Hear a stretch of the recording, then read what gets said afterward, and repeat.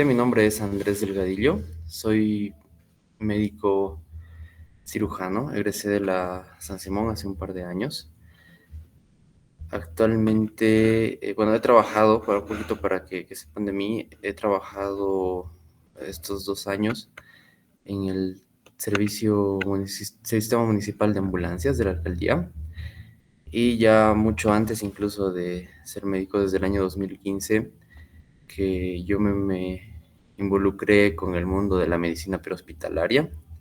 Actualmente soy instructor de NAEMT, de la Asociación Nacional de Técnicos de Emergencias Médicas de Estados Unidos, para los programas PHTLS y AMLS. Y soy proveedor de otros programas similares. Bueno, no, en realidad no quiero hablar mucho de mí, no hemos venido a eso.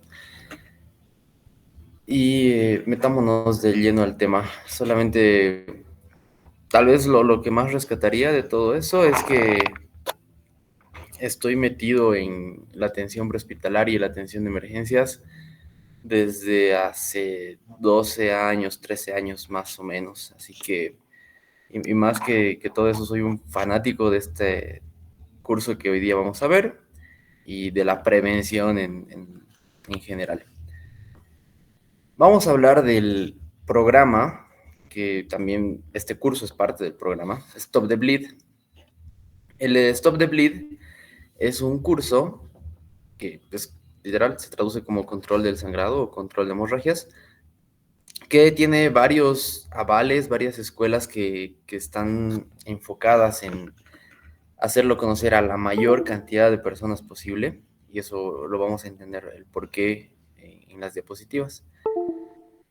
Está respaldado además por el consenso Hartford, que ven en la esquina abajo a la izquierda, el Comité de Trauma del Colegio Americano de Cirujanos y algunas otras instituciones como el Colegio Americano de Médicos de Emergencias, la Asociación Nacional de Técnicos de Emergencias Médicas, el Comité de Medicina Táctica, el Departamento de Defensa de Estados Unidos y otras instituciones que están involucradas con esto.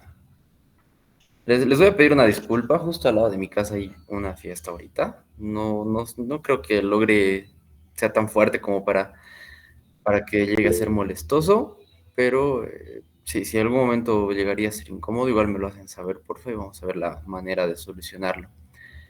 Y también les voy a pedir que si en cualquier momento hubiera alguna pregunta, no tengan ningún reparo en interrumpirme, activar su micrófono y hacer la pregunta. Lo importante es que todos los conceptos que veamos hoy día queden lo más claros posibles, y de esa forma un poquito acortar la brecha con el conocimiento que una clase teórica podría dejar.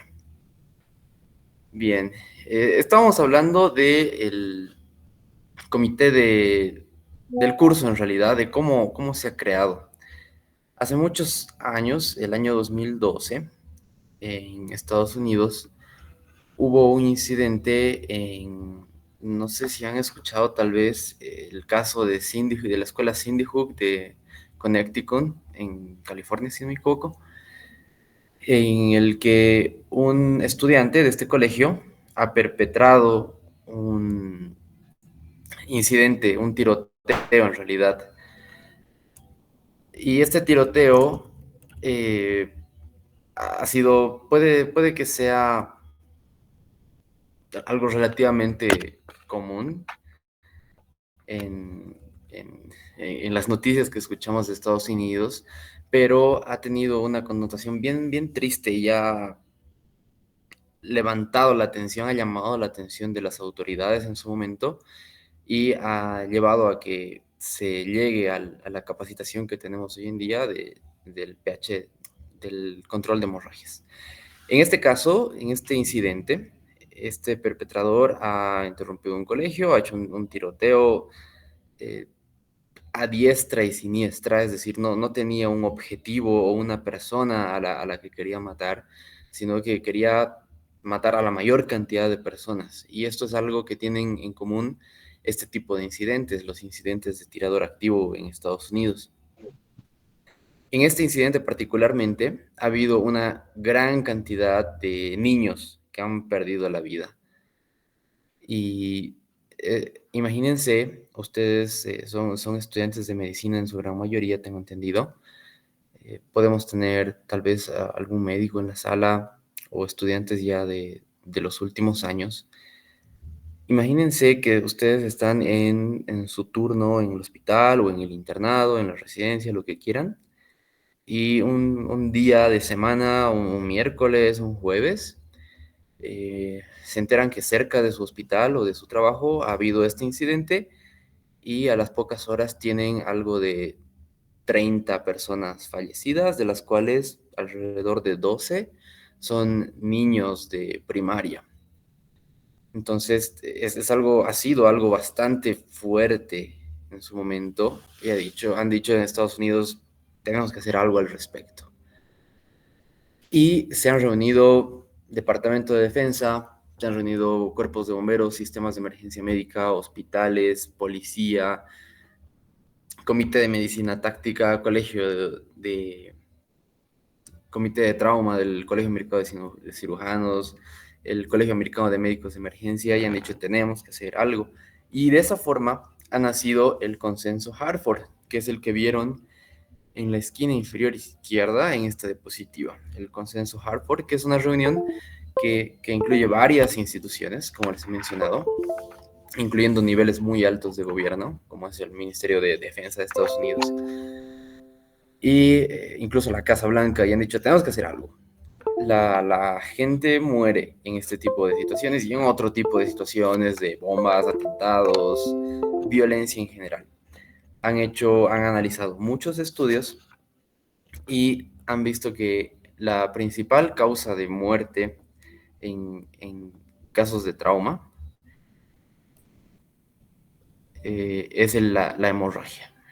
Así que lanzaron la primera versión del curso que se llamaba Bleeding Control, que era impartido por NAEMT, que es una de las instituciones que impulsa activamente esto, que ahí lo pueden ver, la Asociación Nacional de Técnicos de Emergencias Médicas. Sin embargo, más adelante, en un afán de hacer esta capacitación accesible a todo público, es que el curso ha cambiado de nombre, ahora se llama Stop the Bleed, está patrocinado por el Ministerio de Defensa, el Comité de Trauma del Colegio Americano de Cirujanos, y se lo imparte en todo el mundo en diferentes formatos. Tenemos el formato presencial, y que incluye una parte teórica, una parte práctica, y la versión que estamos viendo el día de hoy, que es el formato virtual, que solamente incluye la parte teórica, que idealmente debería ser complementada con una sesión práctica. Sin embargo, no deja de ser importante, como les dije al principio, los conocimientos, la conciencia que genera esta capacitación son muy, muy, muy importantes, al igual que la práctica. Simplemente una advertencia que algunas imágenes que se utilizan en esta presentación son bastante gráficas, pueden causar molestias o sensibilidad en algunas personas.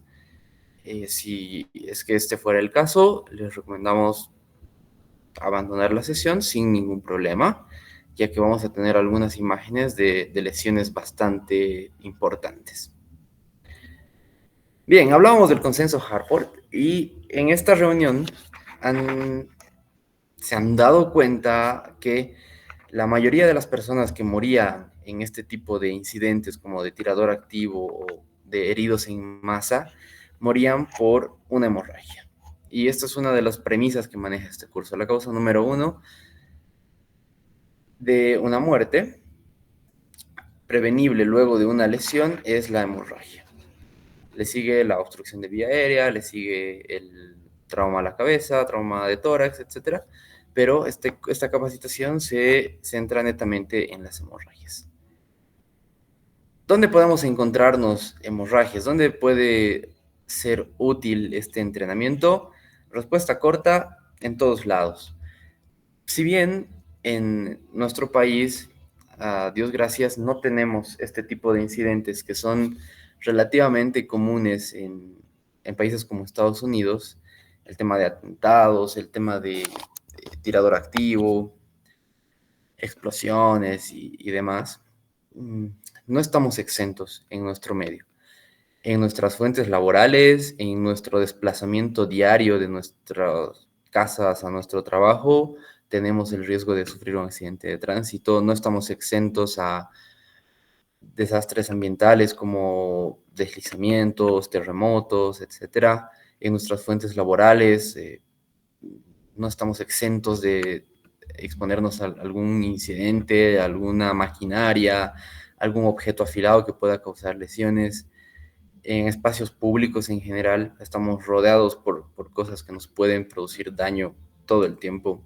Lo mismo en nuestra casa. Y en nuestro país, si bien, como les decía, no tenemos casos reportados de tirador activo, al menos en esa proporción, no estamos exentos. Y les voy a mostrar a continuación algunos extractos de noticia, por ejemplo, esta que es del año 2022, que fue un caso que ocurrió en Colombia, en nuestra ciudad. Una granada no, fue aparentemente mal manipulada y produjo daños importantes en un soldado que llegó a que pierda una pierna. Entonces, es algo que puede suceder. El mismo año, el mismo mes, en La Paz, dos policías resultan heridos de manera accidental por disparos de bala en la universidad policial. El año 2021, probablemente alguno de ustedes recuerde esta noticia, en el puente Beijing, en nuestra ciudad, en Cochabamba, hemos tenido un caso que tenía toda la pinta de un ajuste de cuentas, que una camioneta, dos personas o un grupo de personas bajan de otro vehículo y le disparan varias veces a esta persona, provocando su muerte. Entonces, sin ir muy lejos, si alguna persona estaría pasando por ahí, por mala suerte, también podría resultar herido por arma de fuego sin estar involucrado en un tiroteo, en un incidente de tirador activo o en una catástrofe o en un desastre natural o en un accidente de tránsito y demás, ¿no? En la zona sur de Cochabamba, año 2023, ataque a mano armada en una chapería, deja un herido de bala en la zona sur. Igual, el año 2023, si no me equivoco, fue en el Chapare, que una emboscada de narcotraficantes también dejaron policías heridos. Y ustedes me van a decir, pero nosotros no somos policías, somos estudiantes de medicina, pero no estamos exentos de una situación. Bala perdida, niño fue herido durante una persecución policial. Y yo entiendo que la mayoría de ustedes son estudiantes de medicina. Me van a decir, no somos policías, no nos exponemos de esa forma a situaciones de violencia. Les quiero contar que hace unos años en Chile, el 2022 puntualmente, hubo un incidente en un hospital bastante grande, que es el Sotero del Río, en el que un preso, una persona privada de libertad, fue transportada al hospital para que le hagan un chequeo y cuando ya retornaban al vehículo que lo tenía que transportar, en un intento de fuga, este reo le quita el arma de fuego a uno de los policías que estaba a su custodia y produce disparos de arma de fuego. Y uno de los policías resulta con un disparo de arma de fuego en el rostro. Afortunadamente nadie pierde la vida, pero fíjense, o sea, no es una situación muy irreal si nos ponemos a pensar. En nuestro medio, los reos del Abra, por ejemplo, reciben atención médica en el Hospital Salomón Klein. Los reos de las cárceles de San Sebastián, varones, mujeres, reciben atención médica en el Hospital Cochabamba o en el Hospital Viedma, según la gravedad. Entonces, esta situación ha sucedido en Chile y no estamos exentos de que suceda también en nuestro medio, incluso dentro de los hospitales. Y aunque no hagamos nada, aunque no nos juntemos con los presos, ni nadie que tenga armas de fuego o quiera agredir, no estamos exentos de los accidentes. Quiero que vean bien este video, porque esta persona puede que le esté ayudando a su tío a colocar una puerta de vidrio a su tienda o algo así. No tenemos muy claro el contexto, pero por un accidente, fíjense, se produce una hemorragia importante. Y esta hemorragia no va a esperar una ambulancia, no va a esperar a nadie, básicamente.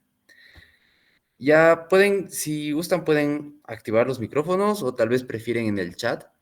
Quiero que me digan cuánto tiempo creen que una hemorragia masiva puede, en cuánto tiempo creen que una hemorragia masiva puede producir la muerte de una persona.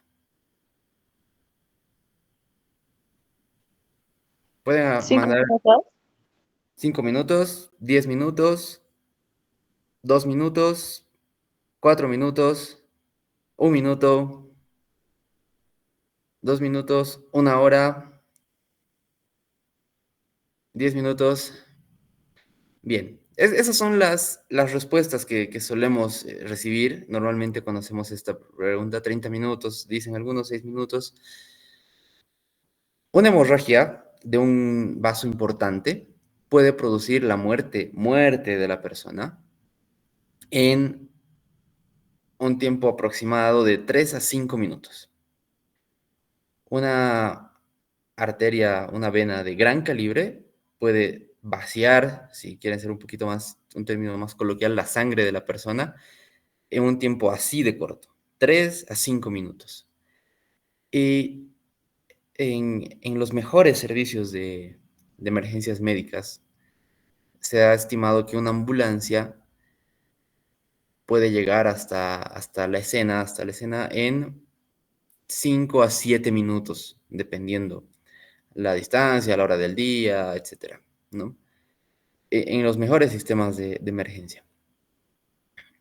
Eso puede que no nos alcance para llegar a atender una hemorragia.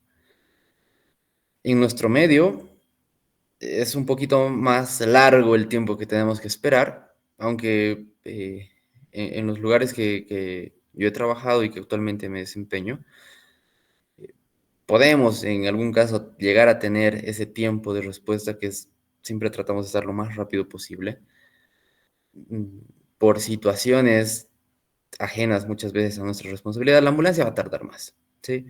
Probablemente alguno de ustedes ha tenido ya la necesidad de solicitar una ambulancia y el tiempo de espera en nuestro medio está alrededor de 10 minutos, tal vez un poco menos en el mejor de los casos, pero en una hora pico o cuando no existe mucho personal disponible, la ambulancia puede tardar 15 minutos, 20 minutos en el peor de los casos. Y ese tiempo no vamos a llegar a un paciente que se esté desangrando en esa magnitud.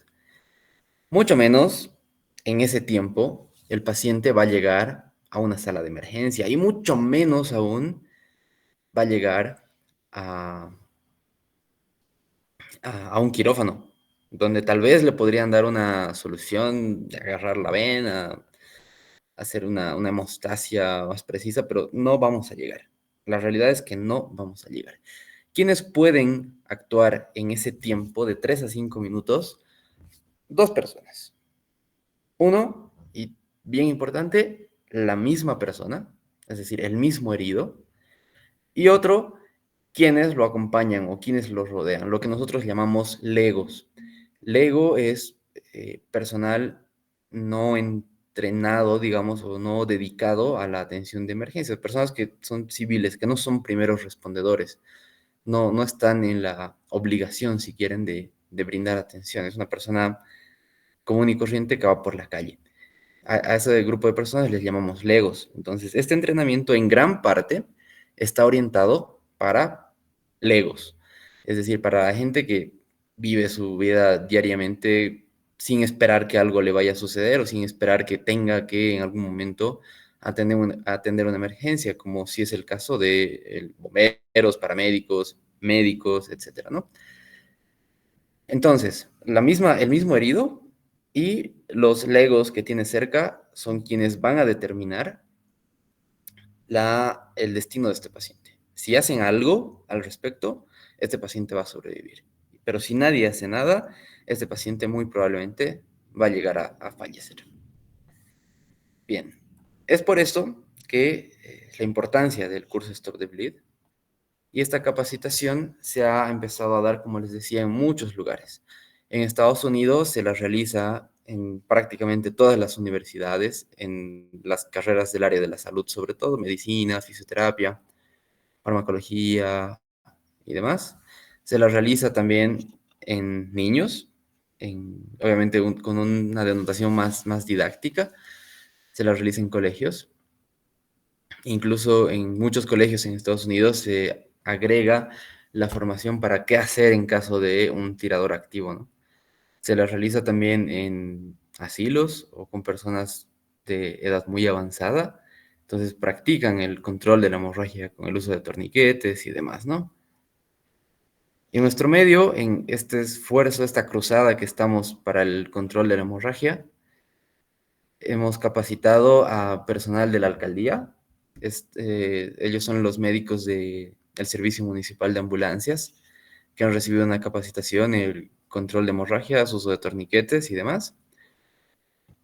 En Estados Unidos se capacita, todos los policías prácticamente, todos los militares, todos los bomberos, paramédicos reciben esta formación. Y en nuestro medio no estamos tan alejados. Lo que antes era la ESVAPOL, ahora se llama FATESIPOL, es una academia policial en la que se forman policías, valga la redundancia, y esto es del año pasado, anteaño pasado, no recuerdo bien. Hemos realizado también capacitación a toda la generación que iba de último año, o sea, todo el último año de la carrera básica de policía. Hemos realizado este entrenamiento en control de hemorragias. También hemos replicado este entrenamiento en la escuela del Centro Internacional de Operaciones Caninas. Hemos realizado la capacitación en instituciones militares. Y esa es la importancia. Este grupo de policías que en su momento eran policías de último año de la FATESIPOL, son quienes han ido a hacer el desbloqueo cuando teníamos los bloqueos en la carretera al occidente del país.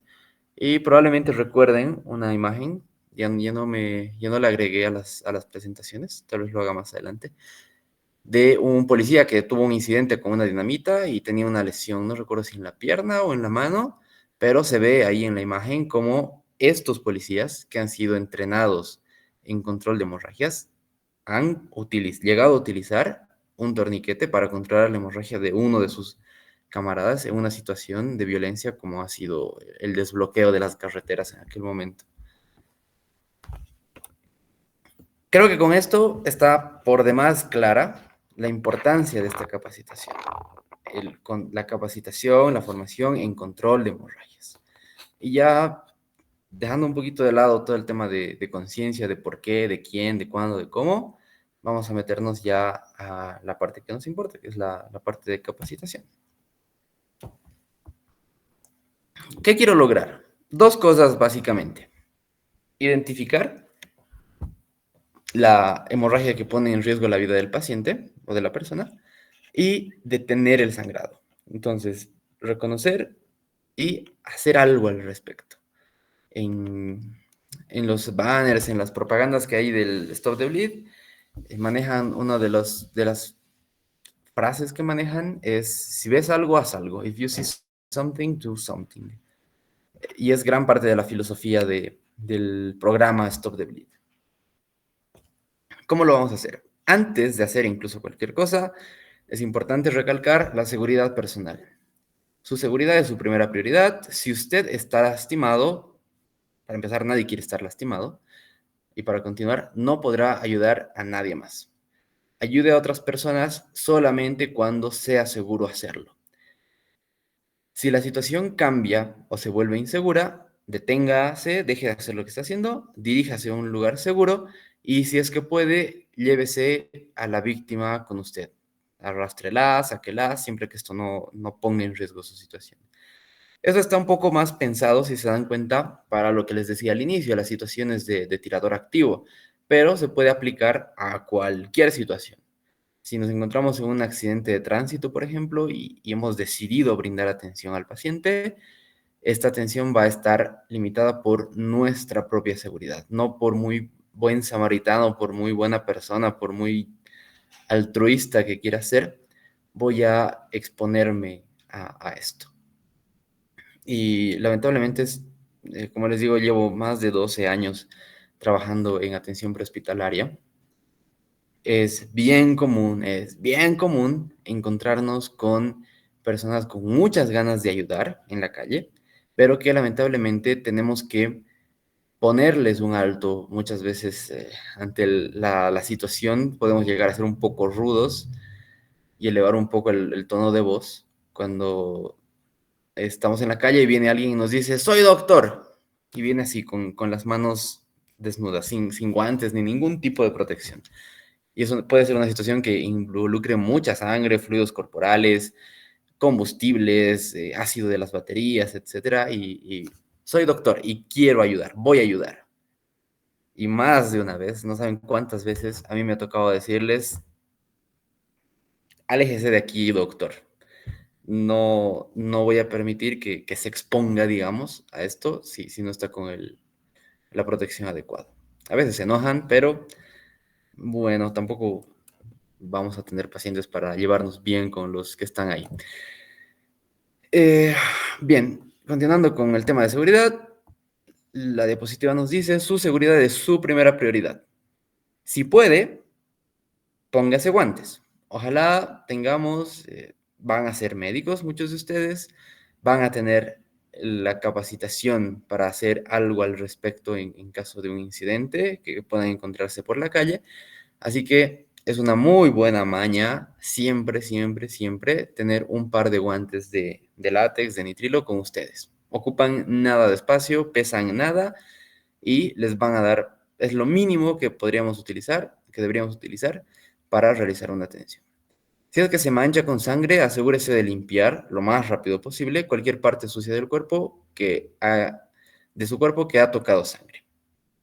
Una vez que la situación se calme, contacte a un profesional de la salud sobre la que se ha manchado con sangre y este profesional determinará si es que hay que tomar alguna acción al respecto. Eso en cuanto a la seguridad. La seguridad en cualquier tipo de incidentes de emergencias es infinita.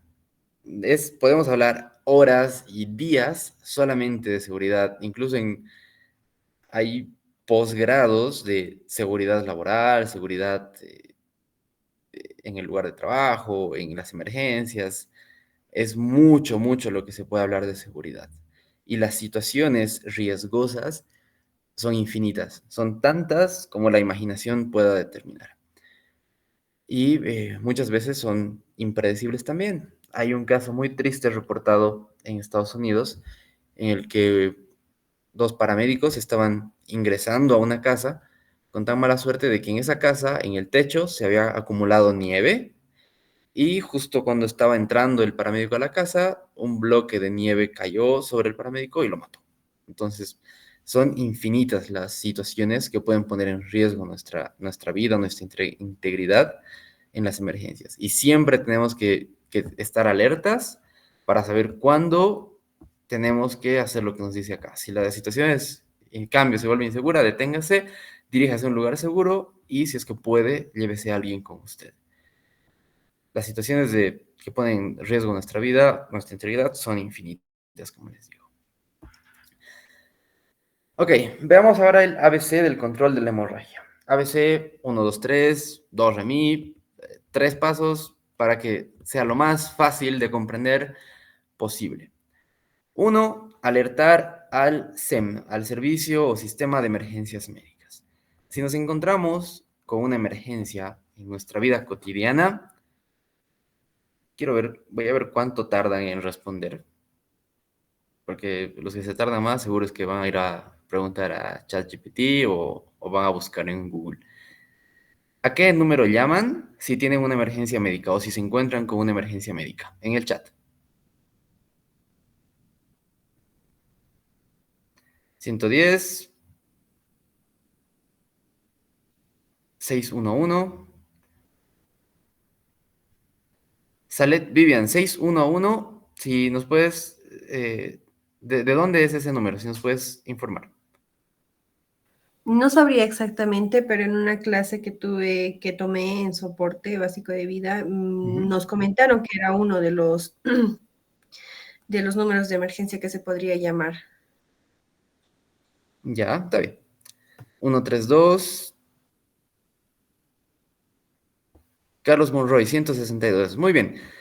Carlos Monroy, ¿sabes de dónde es el 162? ¿En el chat o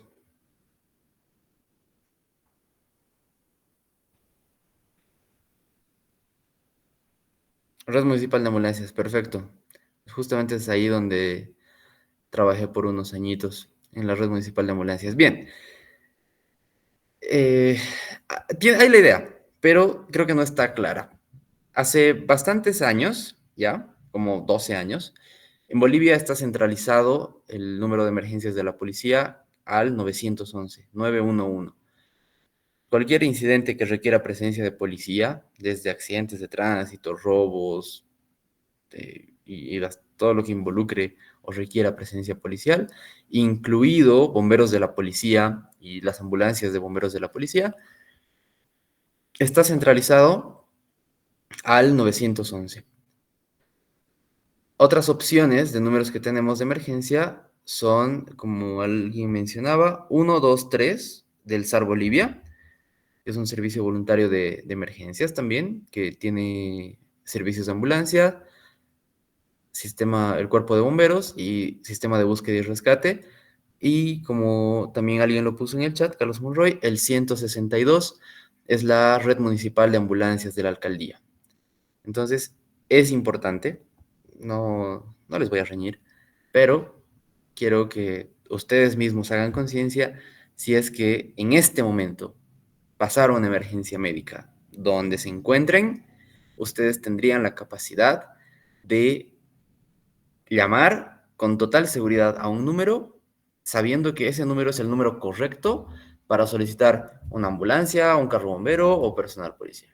Ahí se los dejo de tarea. Alertar al SEM o activar el SEM. Cuando vamos a llamar a un sistema de emergencias, es importante, es bien importante actuar de la mejor forma posible. Alguien me mandó el número de Promed. 717. Uy, ya, no lo vi. Vamos a hacerle propaganda no pagada a Promed. 717 17061. Bien, ahí les dejé de tarea. Si es que en este momento les pasa una emergencia, ustedes con total seguridad saben a qué número deben llamar. Les decía que cuando vamos a llamar a un servicio de emergencias, tenemos que saber primero que nada el número. Llame al... Y ahí les dejo, ahí está la tarea para la casa. Otro, sepa su ubicación. Esto es, y como les comenté, llevo más de 12 años en esto. Y a veces da hasta miedito el grado que hemos llegado a depender de la tecnología. Yo me siento viejo cuando a, a las personas que ingresan, por ejemplo, al SAR y tenemos que darles capacitación.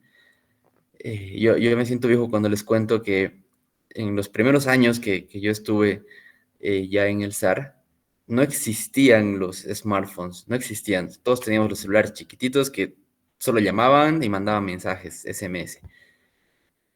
La llamada que nosotros recibíamos era toda la información que íbamos a tener para ese incidente. Así que en esa única llamada teníamos que saber dónde era la emergencia.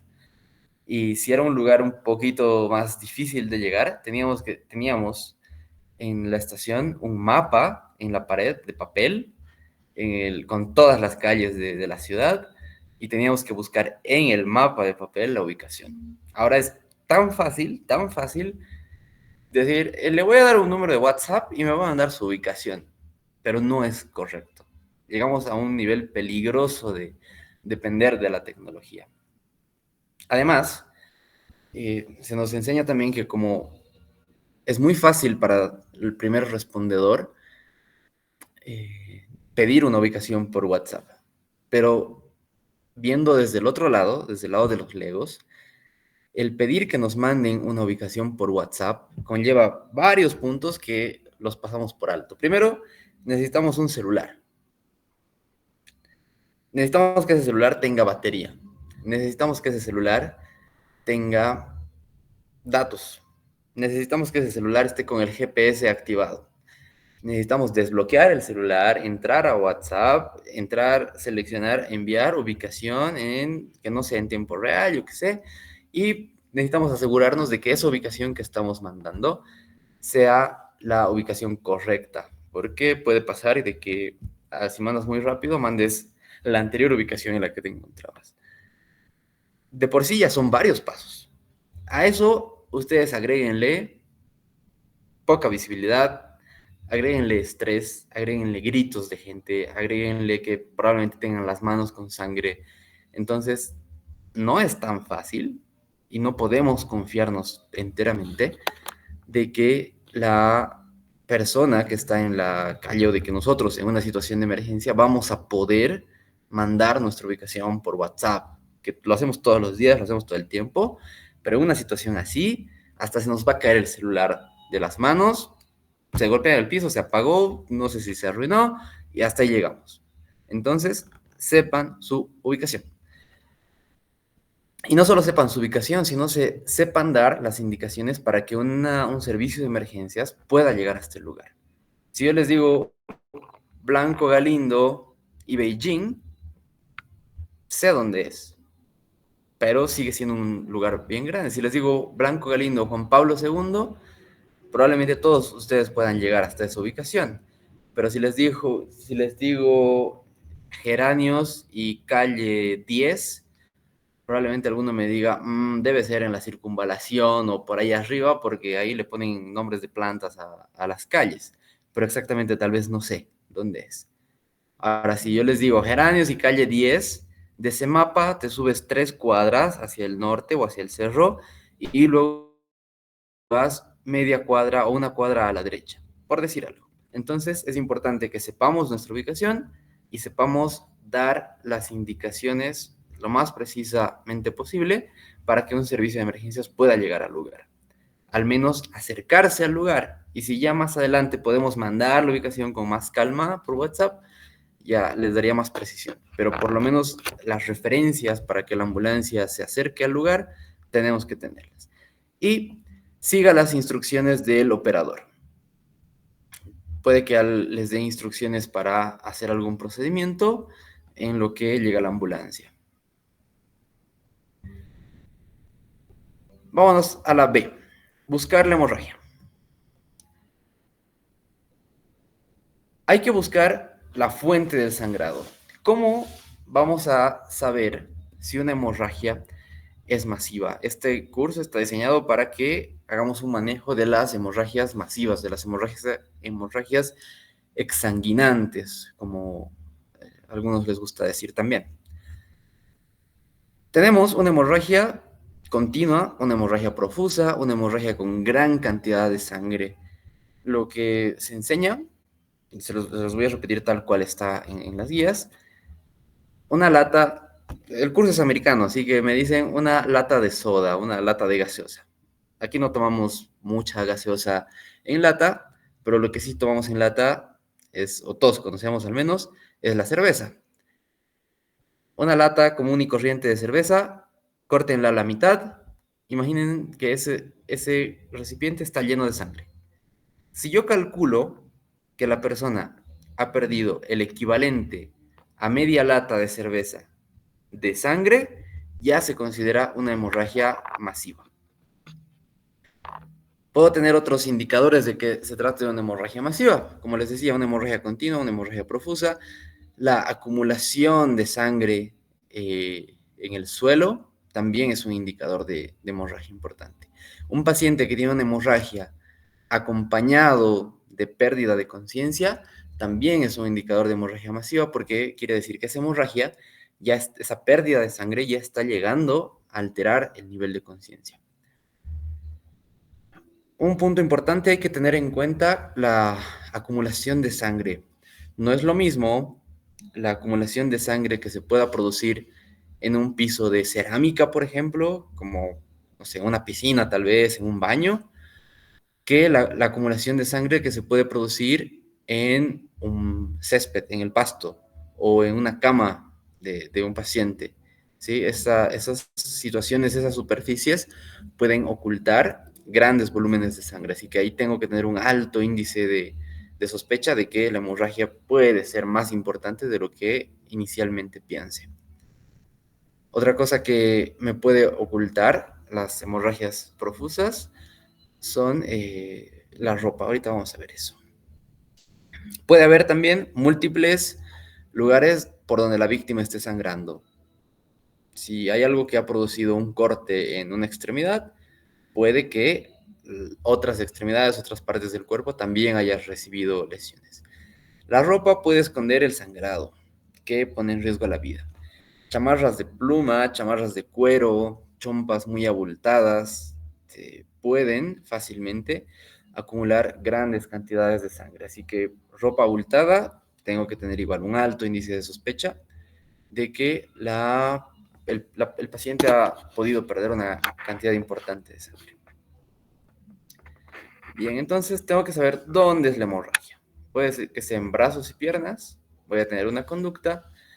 Puede que sea en lo que se llaman zonas de unión, que incluyen cuello, axilas e ingle, o también tengo el torso. Y vamos a ver qué hacer dependiendo dónde se encuentre la hemorragia.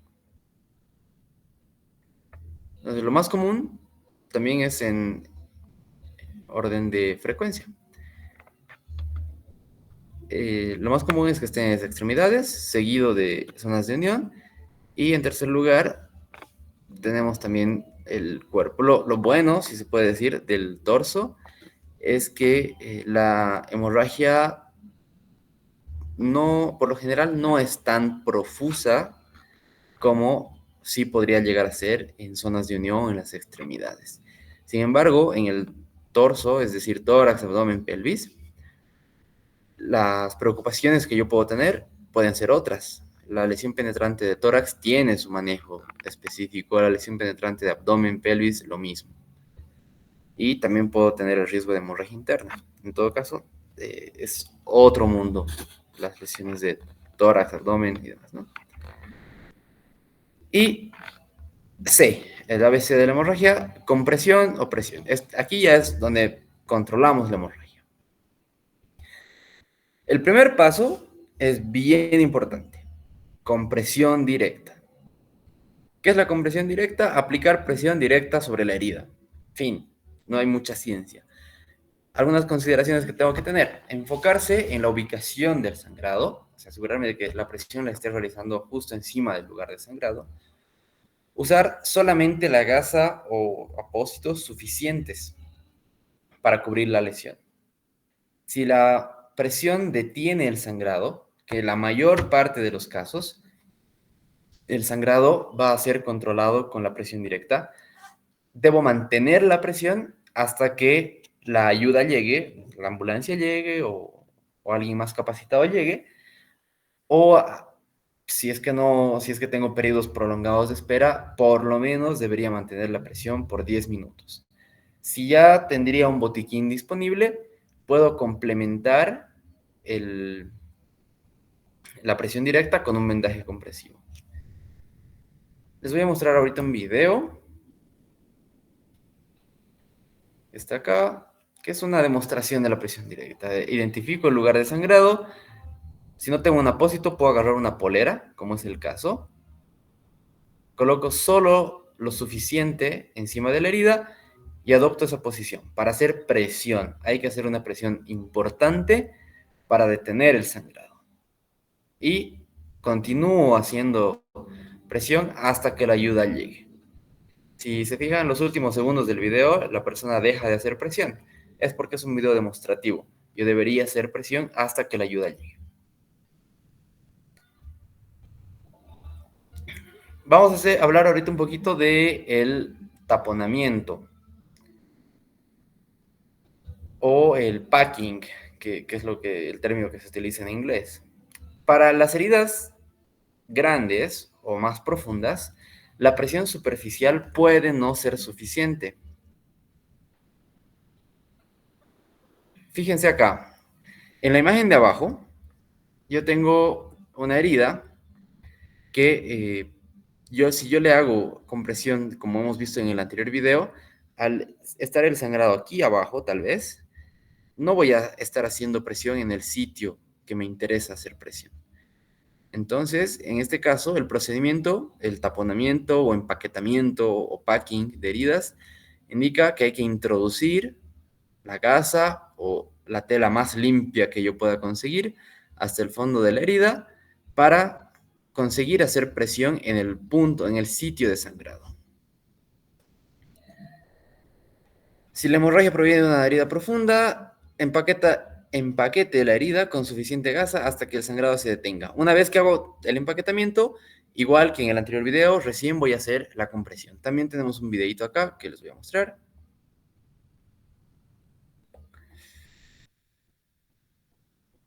Puedo utilizar un rollo de gasa, una venda de gasa, para hacer esto.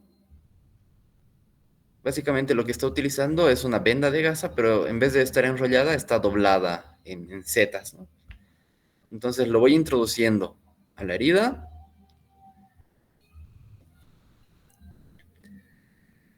De esa forma yo voy a conseguir hacer compresión en el sitio de sangrado, que puede estar más profundo. Y una vez que ya he logrado la compresión, voy a colocar el resto de la venda encima y hago la compresión.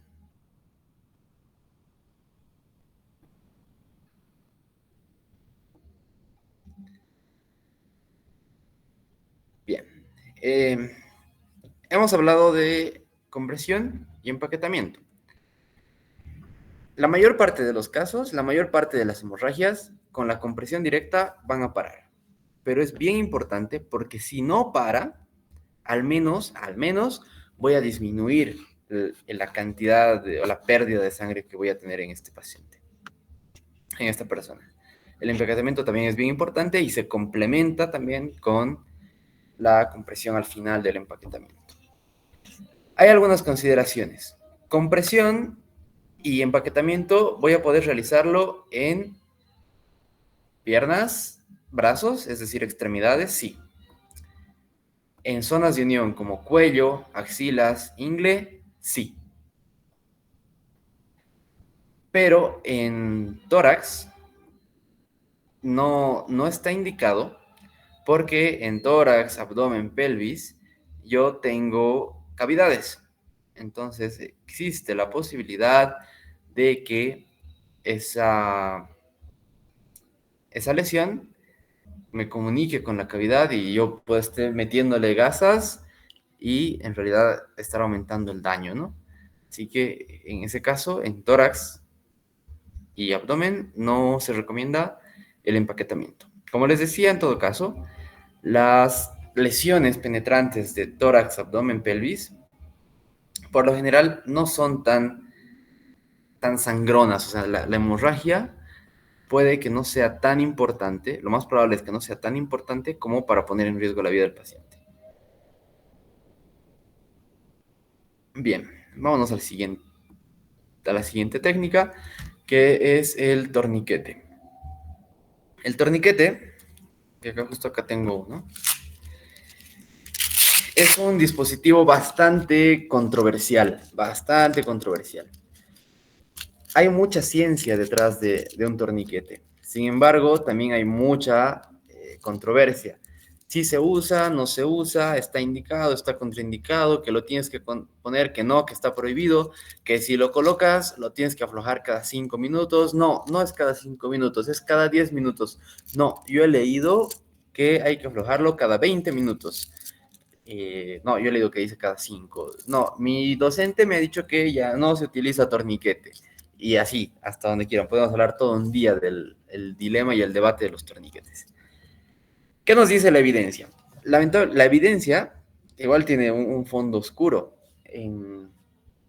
Desde la Segunda Guerra Mundial y en las incursiones que ha hecho Estados Unidos a Irán, Afganistán, incluso en...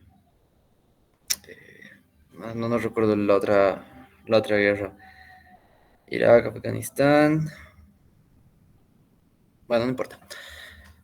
Hay mucha evidencia. Han hecho estudios grandes, bien grandes, de que un grupo de soldados, estamos hablando de cientos de miles, les han, los han mandado así como Vietnam. Gracias, Mateo. Vietnam, donde peleó Forrest Gump. Les han dado, desde Vietnam ya que se ha hecho mucho estudio con el uso de torniquetes, y han visto que los soldados que tenían, que portaban torniquetes y que tenían una capacitación de cómo utilizar el torniquete, la tasa de mortalidad era significativamente, pero drásticamente menor. La tasa de mortalidad era mucho menor que la del grupo de soldados que no portaban torniquete. Es mucha evidencia que nos dice que el torniquete sí salva vidas, el torniquete sí está indicado. Y la idea de que cuando le colocas el torniquete lo estás condenando a que pierda la extremidad es falsa. Aquí hagamos la aclaración. El objetivo del torniquete es apretar la circunferencia de la extremidad y obstruir el flujo de sangre arterial y el flujo de sangre venosa. Es decir, de donde yo coloco el torniquete hacia distal, es decir, hacia lejos, no va a llegar sangre. Y naturalmente esas células van a entrar en hipoxia. Y si esa hipoxia es prolongada, en algún punto yo puedo llegar a producir necrosis. O sea, es cierto eso. Pero, ¿cuánto tiempo? ¿Y cómo funciona el torniquete? ¿Qué hace el torniquete? Los estudios de modelos animales han mostrado que 2 horas, hasta 2 horas, el torniquete es totalmente seguro. O sea, no va a producir ningún daño más que dolor y adormecimiento. De 2 a 4 horas voy a tener un daño muscular, incluso algún daño nervioso, porque estoy comprimiendo estructuras, pero este daño va a ser reversible, es decir, que el paciente con fisioterapia, ejercicio, etcétera, se puede recuperar. De 4 a 6 horas ya empieza la necrosis y empieza el daño irreversible. A partir de la hora 4. Y es importante que en este tiempo, si yo ya paso las 4 horas, el torniquete tiene que ser removido, ojalá en terapia intensiva y ojalá en un lugar que tenga capacidad de hemodiálisis. Y a partir de la hora 6 ya tengo un riesgo real de pérdida de extremidad. A partir de la hora 6 horas. La buena noticia es que en nuestro medio, en un medio urbano, vamos a poder llegar teóricamente a un establecimiento de salud con capacidad resolutiva en menos de 4 horas, lo más probable, ¿sí? Y los de años superiores me van a decir que en el Vietma esperamos 4, 5, 6 horas. Y sí, tienen razón. Pero un paciente, ¿cómo podemos salvar esta dificultad? Un paciente que ha necesitado un torniquete, es un paciente crítico que requeriría atención inmediata. Entonces, yo podría presionar, digamos, con esto para tratar de conseguir atención lo más pronto posible. En un medio urbano, en ese tiempo, llegaríamos a un establecimiento con capacidad resolutiva. No sé si hasta aquí hay alguna duda en lo que tomo agüita.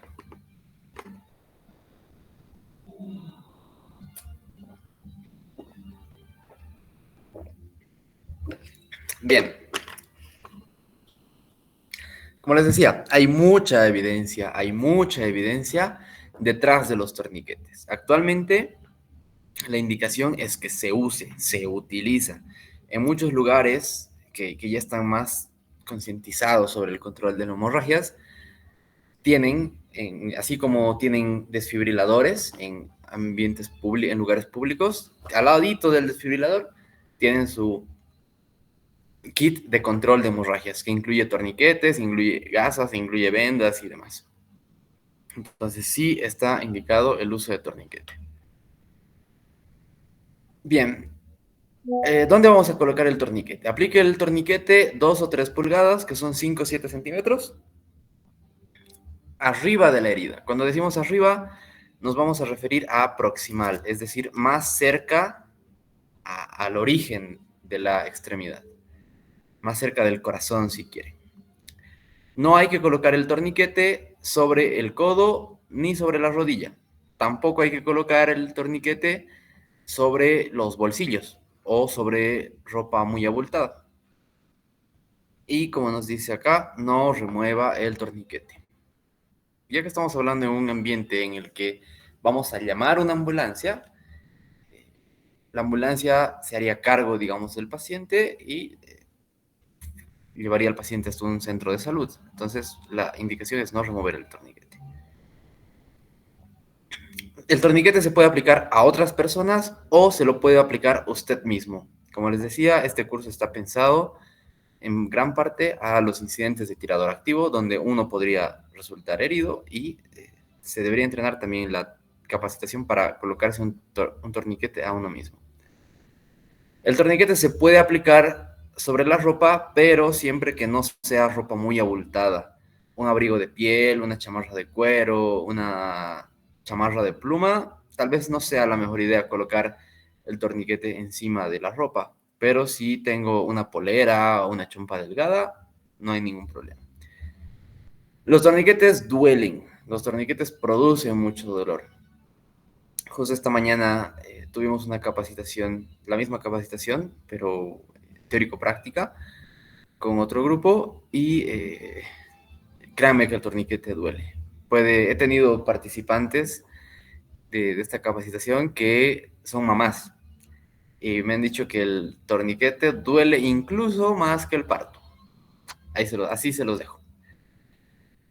Sin embargo, el dolor es algo esperado. O sea, yo ya les estoy diciendo que el torniquete duele, pero aunque duela, está cumpliendo una función, está controlando la hemorragia. Se podría llegar a requerir un segundo torniquete si es que el primero no logra parar la hemorragia y se lo debe colocar justo al lado del primero. Vamos a ver ahorita un video del procedimiento uy, perdón.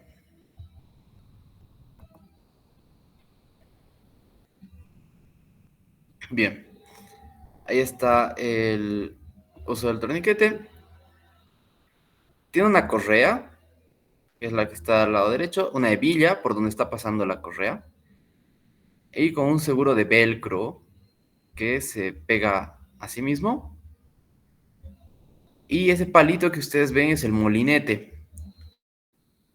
Entonces yo giro el molinete hasta que la hemorragia pare. Una vez que la hemorragia ha parado, termino de pasar la correa y aseguro el segurito, el velcro del molinete. Y de esa forma el torniquete ya está colocado.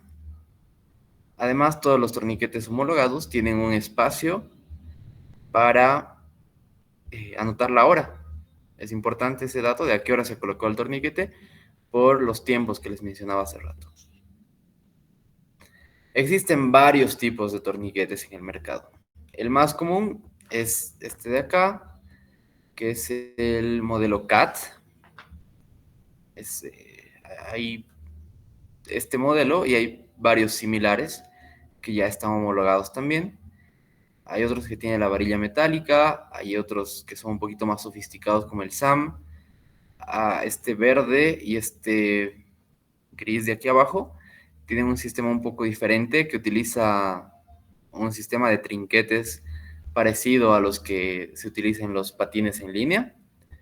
Y este otro igual utiliza un sistema de molinete. Hay una lista de torniquetes aprobados, que es del Comité de Medicina Táctica. Esta lista es actualizada al 2019.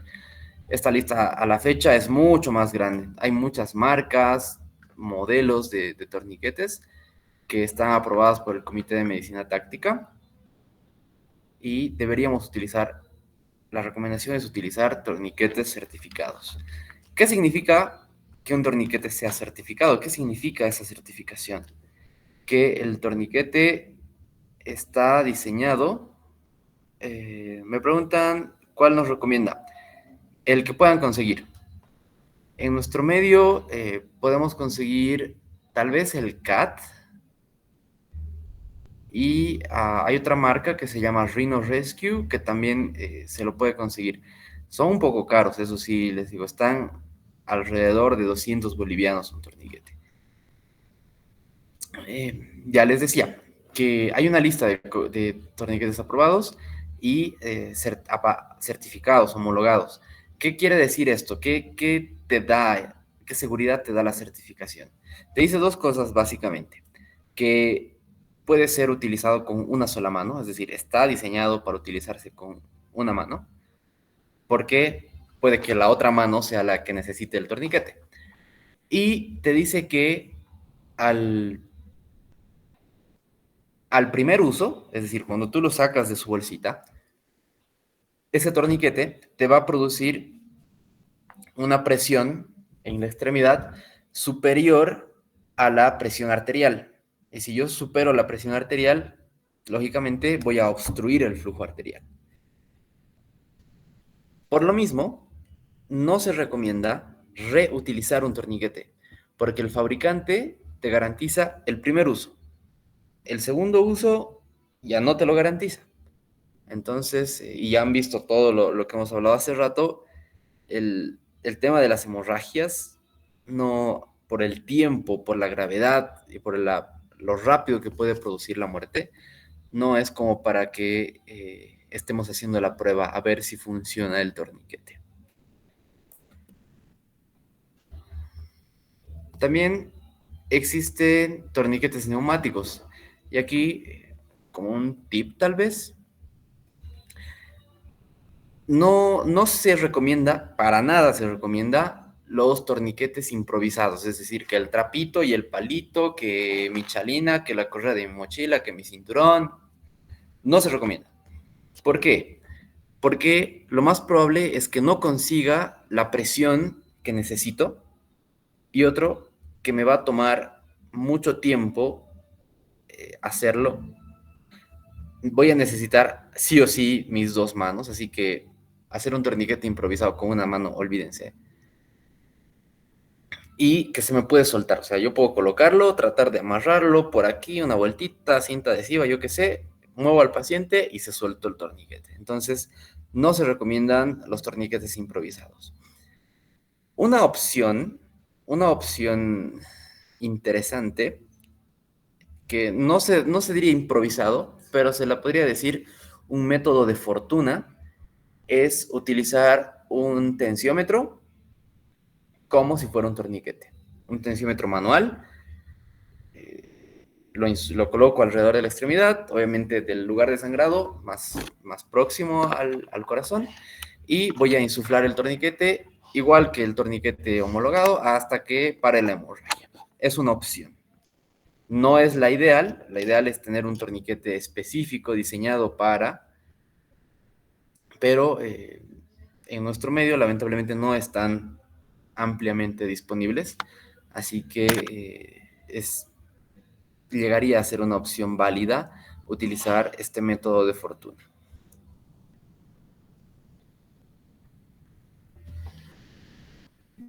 Bien, voy a poner un par de imágenes que son un poco fuertes a continuación, así que si hay personas sensibles en la sala, sin ningún problema pueden abandonar la reunión.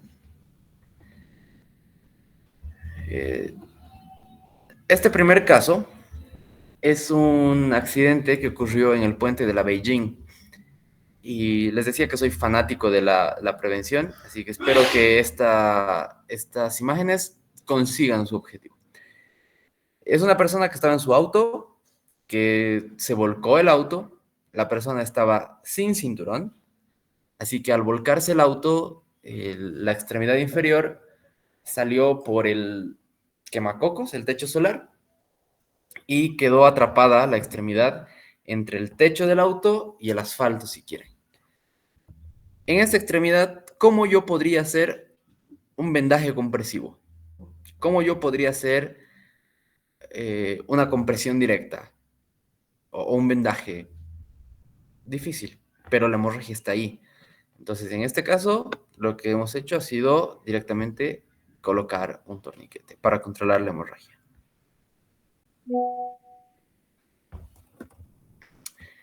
El siguiente caso es de un motociclista que por imprudencia se chocó contra un vehículo estacionado. No estaba atento el motociclista, creo que incluso estaba en su celular, no sé. Y se chocó contra la esquina del auto. Era un auto más o menos antiguo, entonces era puro metal, y el metal produjo un corte justo a nivel de la rodilla, y esta fue la lesión que produjo. Entonces tengo una laceración completa, una amputación parcial a nivel de la rodilla. En este caso, un vendaje compresivo, una presión directa, no sería una opción, entonces el torniquete es lo único que ha conseguido controlar la hemorragia. Bien, ya casi para terminar, una aclaración importante en niños. Los torniquetes homologados están diseñados para trabajar en diámetros de hasta 5 centímetros, es decir, hasta este diámetro yo podría seguir utilizando el torniquete. ¿Sí? Entonces, en niños no hay contraindicación del uso de torniquete. Los procedimientos son iguales. Para los infantes o niños muy pequeños, en los que el torniquete podría ser muy grande, la presión directa, como lo hemos visto, va a funcionar prácticamente en todos los casos. Aparte de que los niños manejan presiones arteriales un poco más bajas que un adulto. Para heridas grandes y profundas en niños, el empaquetamiento se realiza tal cual se lo realiza en los adultos. No hay ninguna variación. Algunas aclaraciones más. Objetos incrustados, no debo remover los objetos por dos motivos. Uno, que el objeto al ingresar ha producido un daño. Y al sacar yo voy a producir más daño. O sea, voy a cortar más o voy a lacerar más.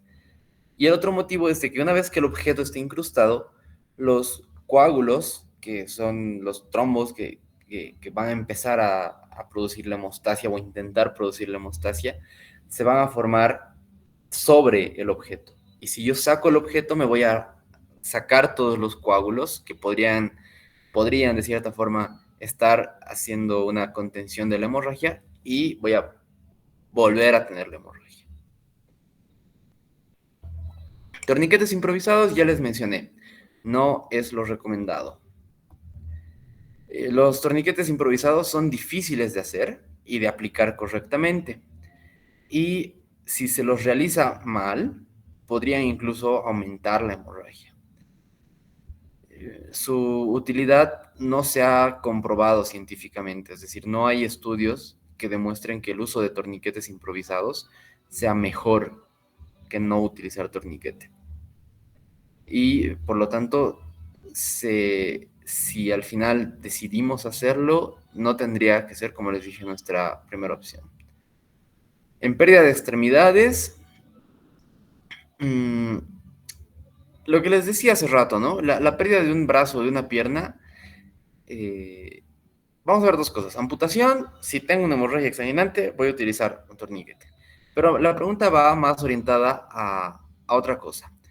La pérdida de un brazo o de una pierna o de una extremidad en general se refiere al temor que les hablaba casi al inicio, de que un torniquete podría resultar en que la víctima pierda el brazo o la pierna. Si el primer respondedor o ustedes, o si estaríamos en una situación de legos, colocamos un torniquete, tenemos que indicarle a la víctima, que tal vez puede tener un poco de miedo, ansiedad, de que el torniquete le va a salvar la vida en realidad, ¿no? Y que hay estudios que nos dan tiempos de hasta 4 o 6 horas después de colocar un torniquete sin mayores complicaciones. El dolor es muy importante. El dolor puede llegar a un dolor 10 de 10 de intensidad. Muchas veces, dependiendo cómo tolera la víctima el dolor, el paciente el dolor, puede ser bien, bien limitante. Les van a gritar, les van a decir, sácame el torniquete, te odio, te voy a matar, prefiero morirme y demás. Así que es un punto importante a tomar en cuenta. Lo que podemos hacer es explicarle al paciente y decirle que es esperado el dolor. Sí, MQ, levanta la mano. ¿Cuál es la pregunta?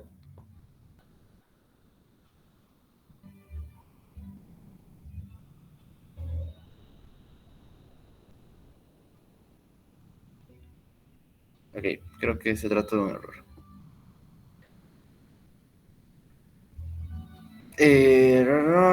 Bien, aquí este es el punto de hacer, si tuvieran alguna cuestión, alguna pregunta adicional sobre todo lo que hemos visto hasta ahorita, antes del repaso. Puede ser en el chat o pueden levantar la mano para abrir el micrófono. Diego T., por favor, adelante. Buenas noches, doctor. La duda que tenía era a la hora de aplicar un torniquete, las vueltas que se debe dar al molinete vienen incluidas en el tipo de instrucción que viene en el paquete o es un conocimiento que nosotros debemos tener de antemano. Es una muy buena pregunta. Gracias, Diego. La instrucción, en realidad, los torniquetes homologados vienen con instrucciones, pero no hay un número de vueltas que hay que dar al molinete. La indicación es, primero, más importante, al inicio, el primer apretón que yo voy a hacer, es decir, cuando yo estoy asegurando la correa, tiene que ser lo más apretado posible. Ese primer apretón va a generar el 80% de la presión que yo voy a conseguir con el torniquete. Y las vueltas del molinete, debo dar las vueltas que sean necesarias hasta que la hemorragia pare. Entonces, esa es la indicación. Girar el molinete hasta que la hemorragia se detenga. No hay una cantidad específica de cuántas vueltas dar. La indicación es hasta que la hemorragia pare. ¿Aclarada la duda? Sí, muchas gracias. Ok. Si hay alguna duda más, la pueden hacer en este momento, por favor. ¿Recomienda usted tener un torniquete certificado en casa? Sí. Respuesta corta, sí. Respuesta larga, sí. Lo recomiendo muchísimo. No solo en casa, en los vehículos, incluso yo ya estoy un poquito más loquito de los torniquetes. Yo siempre llevo un torniquete conmigo, aunque esté vestido de gala o de una fiesta, lo que sea. Siempre tengo un torniquete conmigo. Así que es muy recomendable tener un torniquete en casa, que todos en la casa sepan dónde está el torniquete y que todos en la casa también sepan utilizarlo. Yo pienso que el torniquete es más importante en un botiquín que el algodón y el alcohol que nos piden, por ejemplo, para la inspección vehicular, que nos piden que tengamos eso en nuestros botiquines.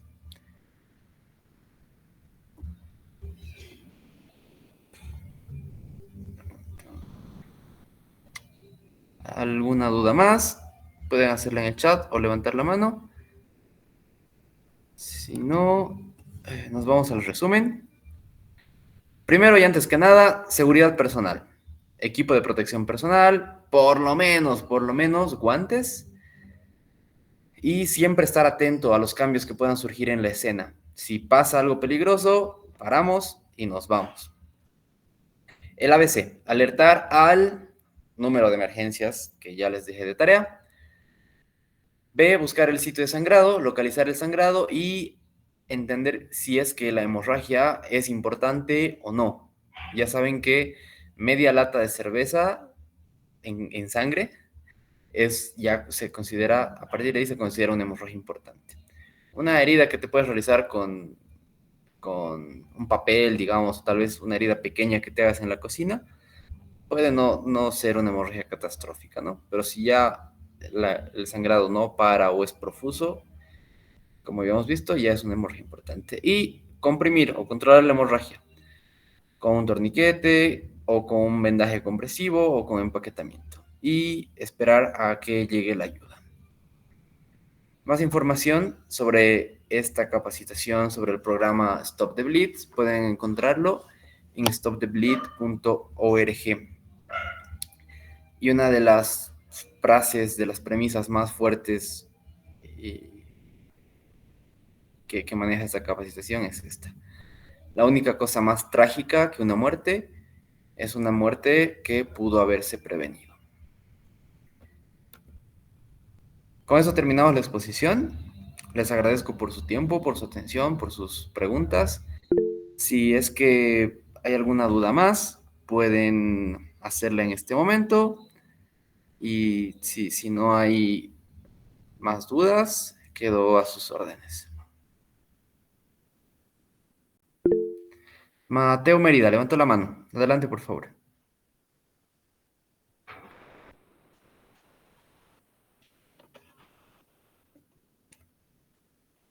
Mateo.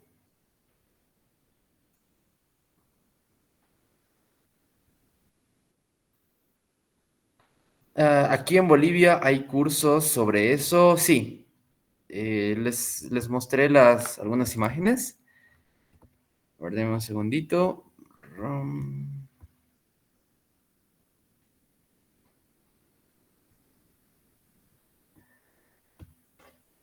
Aquí, por ejemplo, esta capacitación es con el personal del servicio de ambulancias de la alcaldía. También hemos hecho capacitación con el personal policial en la escuela, en la universidad policial. Y el control de hemorragias, el uso de torniquetes, también es parte de los cursos de trauma, de cursos de formación continua en trauma, como son el PHTLS o el ATLS o el ITLS, que se los recomiendo grandemente. Son parte de esas capacitaciones. Entonces, sí existen en Bolivia este tipo de capacitaciones.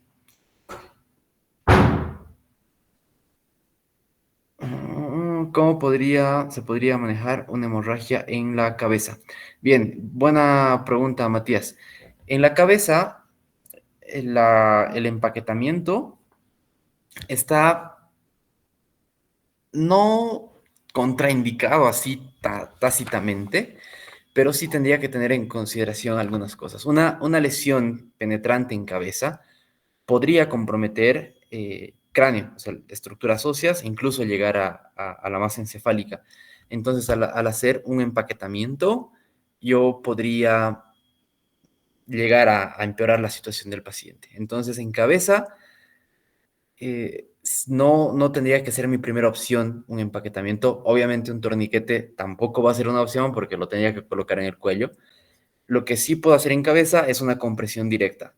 Hasta que llegue una ambulancia o hasta que llegue personal más capacitado, la compresión directa con una polera, con un apósito o con alguna tela que yo encuentre es una buena medida inicial.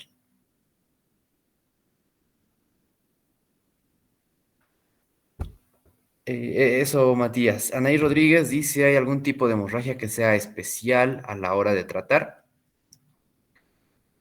Probablemente con tipo de hemorragia se refieran a hemorragia si es arterial, si es venosa o si es mixta.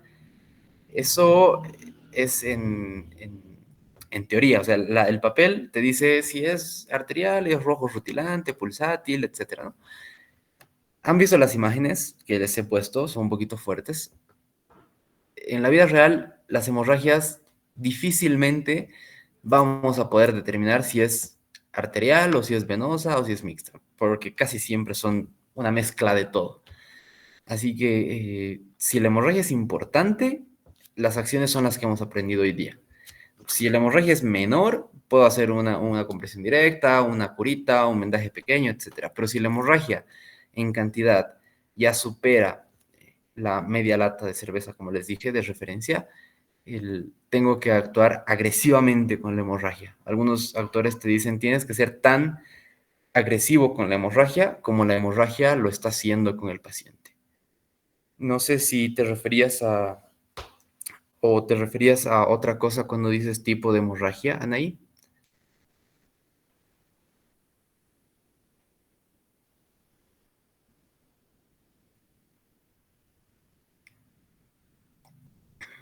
Matías dice, en caso de una amputación parcial o completa de lengua durante una convulsión, ¿cómo se puede proceder?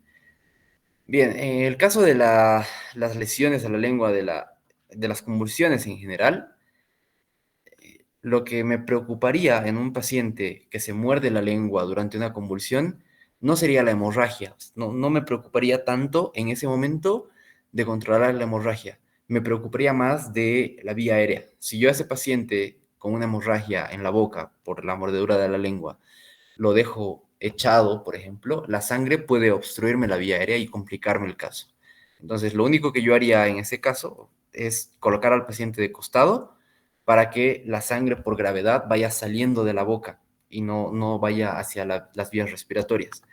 Si nos vamos a meter mientras el paciente está convulsionando con el tratar de parar esa hemorragia, nos exponemos mucho, porque si esa mordedura del paciente que está convulsionando ha seccionado o ha logrado amputar parcialmente la lengua, les aseguro que puede hacer lo mismo con sus dedos si ustedes tratan de controlar la hemorragia metiendo su mano a la boca del paciente. Así que mientras el paciente esté convulsionando, prohibido meter nada en la boca del paciente, dedos, ni nada. Si se muerde, ya se solucionará dentro del hospital con quien tenga que hacerlo. Pero inicialmente colocar al paciente de costado para que el sangrado no se vaya a las vías respiratorias.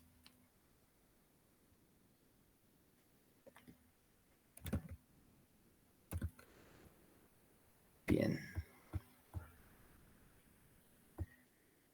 Bueno, si no tenemos más preguntas, con esto acabamos la presentación. Una pregunta más, ya. Y dos preguntas más. Tenemos a Guara.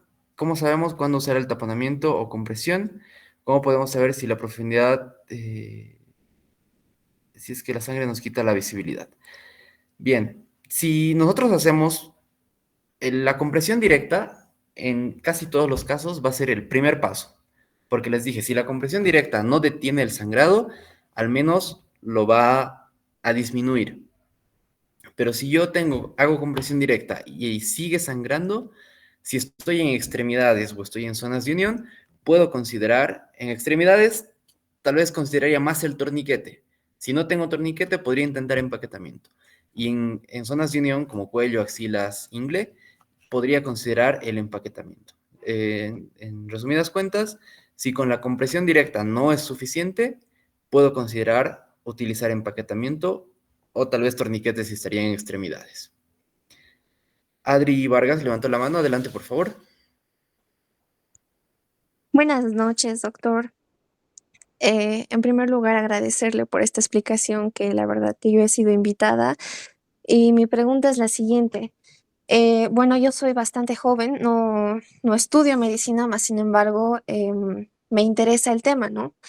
Entonces, ¿estaría contraindicado que una persona que ha tomado esta capacitación actúe frente a algo? Si es que no hay una persona que pueda hacerlo, por ejemplo, o sea, yo ya sabiendo el ABC de la hemorragia, todo eso, ¿puedo actuar con una persona que está sufriendo una hemorragia? Sí, respuesta corta, sí. La, las, hay una frase que tal vez podría ayudar a entender esto. Obviamente se aplica mucho más en Estados Unidos en el contexto de atentados, tiroteos, etcétera, etcétera, que nos dice la gente mala gana cuando la gente buena no hace nada. Esta capacitación tiene las limitaciones que una capacitación virtual tiene, ¿sí? lamentablemente las habilidades prácticas muy difícilmente se transmiten por capacitaciones virtuales, pero ya te dan al menos los conocimientos básicos, bien básicos, para poder hacer una intervención. Yo les invito a complementar esta capacitación con tal vez inicialmente algunos videos, que hay un montón de videos de cómo aplicar. Ustedes ponen aplicación de torniquete o Stop the Bleed, si ponen en YouTube, les va a salir un montón de videos, en inglés, en español, en lo que quieran. Eso puede ser una buena opción.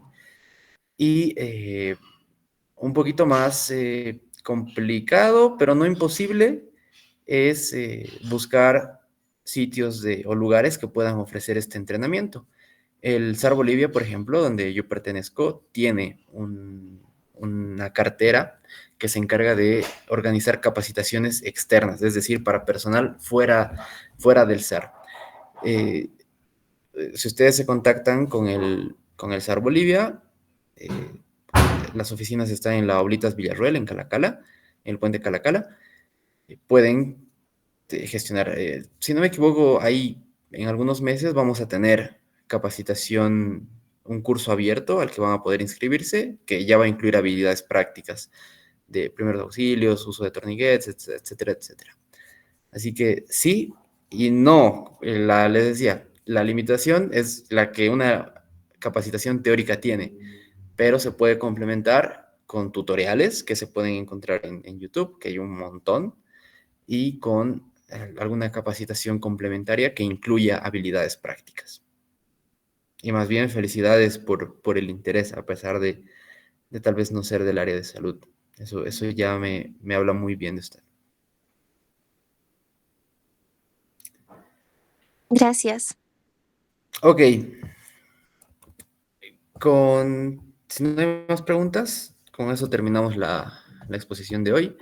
Espero que les haya gustado. Espero que les haya tal vez movido un poquito el piso y quede clara la importancia de los torniquetes.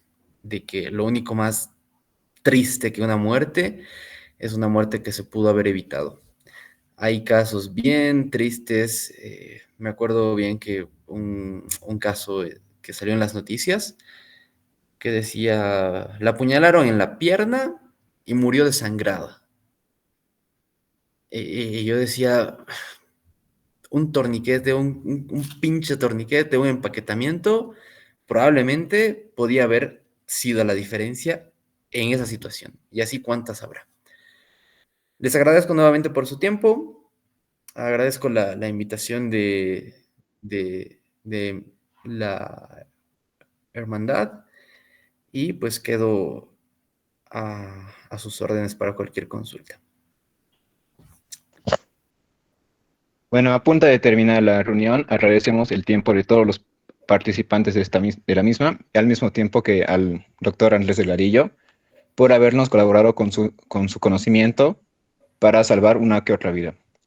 Así que, sin nada más que agregar, agradecemos mucho por dedicarnos su tiempo y esperemos su interés próximo para futuras actividades. Muchísimas gracias y con esto finalizamos la reunión. Un gusto, que estén muy bien. Buenas noches a todos.